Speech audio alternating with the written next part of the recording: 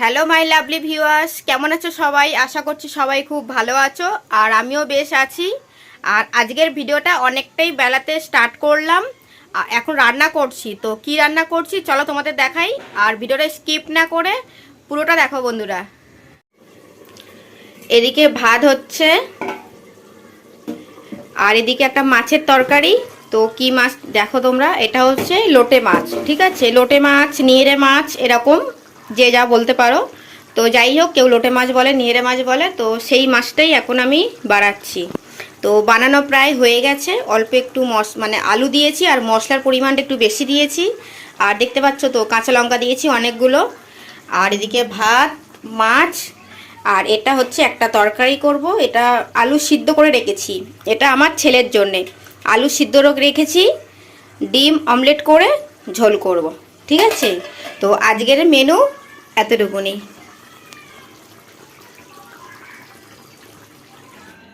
এখন জামা কাপড়গুলো মেলছি, যেগুলো কাচার ছিল কেচে নিলাম, নেওয়ার পরে মেলছি। আর রান্নাটা আগে কমপ্লিট করে নিয়েছি, এখনও হাজব্যান্ড আসেনি, আসলে তো ওনাকে খেতে দেবো। তো তার আগে আমি জামা কাপড় কেচে নিয়েছি। আজকের সকালে আর জামা কাপড় কাচলাম না, যেটা কেচেছি এটা হচ্ছে মানে বেলার দিকে আর কি।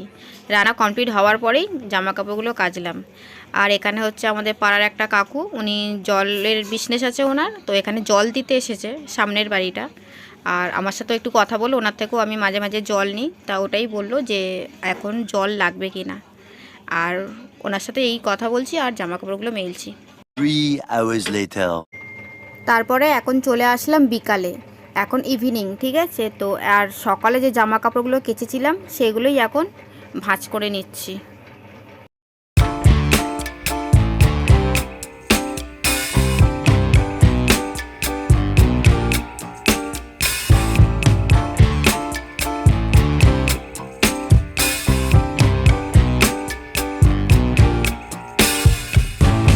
I'm overheated,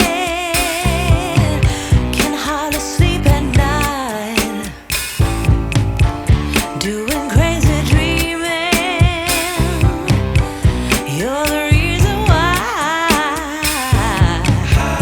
hiding by the baby, losing my mind. এগুলো সব কিছু ভাঁজ করা হয়ে গেছে, আর এই ওপরটা এখন গোছাবো। আর যেটা দেখতে পাচ্ছ পর্দা দেওয়া আছে, এখানেই আমি রোজের যে জামা কাপড় সেইগুলো রাখি, আর ছেলের বই খাতাও থাকে এখানে। আর এই ওপরটাই কিছু জিনিসপত্র থাকে, অল্প কিছু হালকা, যেমন আয়না, চিরুনি, কয়েকটা জিনিস থাকে, তো সেগুলো আমি নামিয়ে আর পেপার পেতে ভালো করে ওগুলো পরিষ্কার করবো। হেলমেটও ওর উপরে থাকে। বিছানার ওপরে এই গামছাটা পেতে নিয়েছি, তার উপরে আমি সব কিছু নামিয়ে তারপরে আমি গুছাবো। আর বেড কাভারটা যাতে নষ্ট না হয়ে যায়, কারণ আগের দিনকে তো বেড কাভারটা পাতলাম, তো নষ্ট না হয় সেই জন্য আমি গামছাটা পেতে নিলাম। গামছাটা আমি আজকে কাচবো, সেই কারণেই গামছাটা পেতে নিলাম। তো সব কিছু নামিয়ে ওর মধ্যে রেখে গোছানো যখন হয়ে যাবে তখন গামছা আমি বাইরে ঝেড়ে আবার কেচে নেব। এই বক্সটা হচ্ছে শাড়ির বক্স, আমি নতুন একটা শাড়ি কিনেছিলাম, তো তারই বক্স, এটা ভালো বক্স, সেই জন্য আমি আর ফেললাম না, এটা রেখে দিয়েছি। কিন্তু কোথায় রাখবো জায়গা পাচ্ছিলাম না, আর এই জায়গাটা ফাঁকা ছিল, তো ওই জন্য আমি বক্সটা এখানে রেখে এর উপরেই আমাদের দুজনের হেলমেটটা রেখে দিই। তো সমস্ত কিছু আমি নামিয়ে নিলাম। আর এটা এখানে পেপার পাতা আছে, তো পেপারগুলো আমি তুলে ফেলে দেবো, অন্য পেপার পাতবো। আর এখন তো সব নামিয়ে রাখলাম, যখন আমি এটা গোছাবো তখন আমি একটা একটা করে সব মুছে মুছেই গোছাবো। দেওয়ালে ফটো আছে দেখতে পাচ্ছ, একদিকে হচ্ছে গণেশ আছে, তো মানে দরজার ওপরে যেটা আছে ওটা হচ্ছে গণেশ। আর আমি যেই সাইডে জিনিসপত্রগুলো গোছাচ্ছি এই সাইডে যে ফটোটা টাঙানো আছে এটা হচ্ছে আমার দাদা, আমার বড় দাদা, ঠিক আছে? তো আমরা 3 ভাই বোন, ছোটদা আছে, আর এটা হচ্ছে বড় দাদা। দাদাটা মারা গেছে, তো অ্যাক্সিডেন্টেই মারা গেছে, তো ফটোটা আমার কাছে রয়ে আছে। এই ফটোটা আমি বাঁধিয়ে রেখেছিলাম আর কি, এমনি একটা ফটো ছিল, সেটাকে আমি দোকানে দিয়ে বড় করে আর বাঁধিয়ে রেখে দিয়েছি বাড়িতে। আমার এই দাদা তো অ্যাক্সিডেন্টে মারা গেছে, দাদার যখন কাজকর্ম হয় মানে শ্রাদ্ধটা যখন হয় তখনই এই ফটোটা বাঁধানো হয়েছিল, আমার হাজব্যান্ড বাঁধিয়ে নিয়ে এসেছিলো, ওটা দোকানে দিয়ে বড় করে বাঁধিয়ে নিয়ে আসা হয়েছিল। তো বাড়িতেই ছিল ওটা, মায়ের বাড়িতেই ছিল। আর বৌদি তো চলে গেছে, বৌদি যে জিনিসপত্রগুলো নেওয়ার ছিল নিয়ে চলে গেছে, ফটোটা নেয়নি, নিতে ভুলে গেছে, বাকি সমস্ত কিছু নিয়ে নেওয়া হয়ে গেছে। তারপরে বাকি রইল আমার আর একটা দাদা আর মা, তো ওনাদেরও যেটা যেটা দরকার ছিল নিয়ে নিয়েছে। তারপরে দেখলাম ফটোটা পড়েই আছে, তারপর আর কিছু ছিল না, শুধু ফটোটা ছিল। তো ফটোটা আমি বাড়িতে নিয়ে আসলাম এলাম, কারণ কাজের সময় আমার হাজব্যান্ড এটা বানিয়ে নিয়ে এসেছিলো।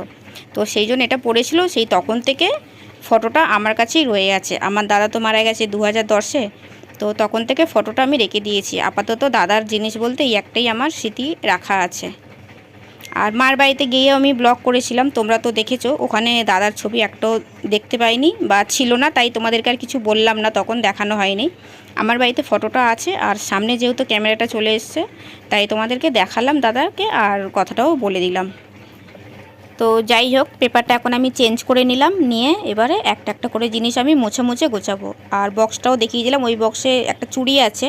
তো বেশ কিছু চুড়ি রাখি, দুটো বক্স আছে, একটা বক্সে চুড়ি থাকে আর একটা বক্সে টুকটাক মানে কিছু ক্লিপ, গার্ডার এরকম কিছু থাকে, যেটা আমি রেগুলার ব্যবহার করি। আর একটা যে হোয়াইট কালারের বক্স তুললাম, ওর মধ্যে কিছু মেডিসিন থাকে এর মধ্যে। তো এখন সাইডে ধীরে সুস্থে একটা একটা করে জিনিসগুলো গুছিয়ে রাখছি। আর এই বক্সের ওপরেই আমাদের সবার চার্জার থাকে। এটা কিশোরের পারফিউম, তো ওরটা এই রুমে থাকে, ও এখান থেকে রেডি হয়ে বেরোয়। আর ওর চিরুনিও এখানে থাকে, আর এখানে একটা ছোট্ট আয়না আছে, ওইটাতে দেখে। আর এটা তোমাদেরকে দেখাচ্ছি, এই যে গামছা পেতে এর মধ্যে সব জিনিসগুলো রেখেছি, রেখে এখান থেকেই আমি একটা একটা করে মুছে মুছে তারপরেই গোছাচ্ছি। এগুলো সব গোছানো হয়ে গেল।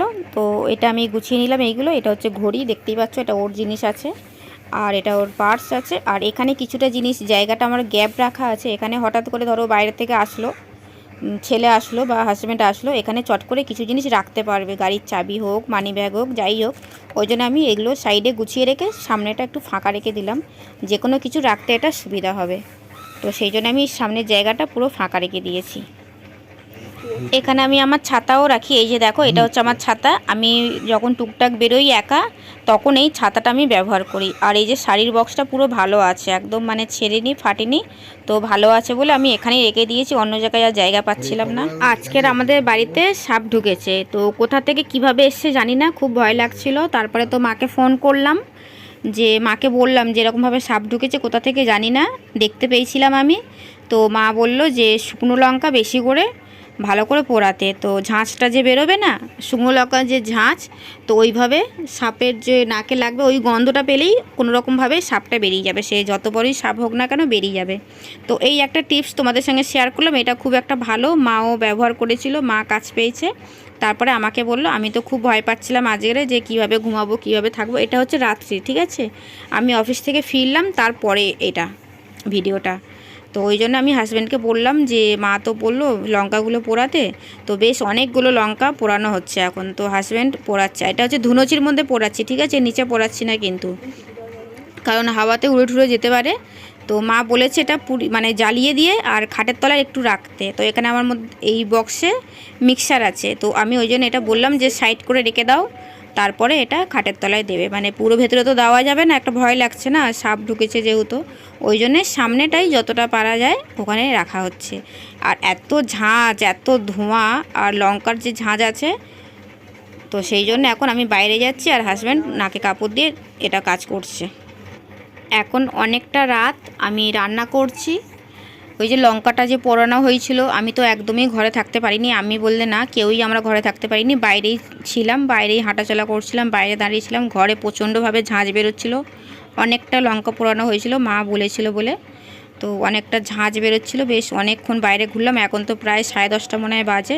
আমরা সবসময় তাড়াতাড়ি খাওয়া দাওয়া করে তাড়াতাড়ি ঘুমাই, আর আমিও রান্নাটা তাড়াতাড়ি করে নিই, 7টা, 7:30, 8টার মধ্যে রান্না আমি করে নিই, তাড়াতাড়ি খেয়ে তাড়াতাড়ি ঘুমাই। কিন্তু এখন বাজে 10:30, মানে আমাদের কাছে এটা অনেক রাত। তো যাই হোক, এখন রাতে বানাচ্ছি লুচি আর আলু ভাজা। তো আলু ভাজাটা আমার আগে হয়ে গেছে, আর লুচিও কিন্তু আমার আগে বানানো হয়ে গেছে, ঠিক আছে। আমি আমার ছেলেকে খেতে দিয়ে দিয়েছি, তারপরে বাকিগুলো আমি বানাচ্ছি, সেগুলোই এখন ভিডিও করছি। আজকেকার ভিডিওটা আমি এখানেই এন্ড করছি। কালকের আবার দেখা হচ্ছে নতুন একটা ভিডিওর সাথে। আশা করছি আমার ভিডিও তোমাদের ভালো লেগেছে। যদি ভালো লেগে থাকে তাহলে লাইক, শেয়ার, কমেন্ট অবশ্যই করো, আর সাবস্ক্রাইব করে আমার পাশে থেকো বন্ধুরা। আগামীকাল নতুন একটা ভিডিও পাবে, মানে সামনের শনিবার আমি একটা জায়গায় বেড়াতে যাচ্ছি, তো সেখানে গিয়ে সমস্ত কিছু শেয়ার করব।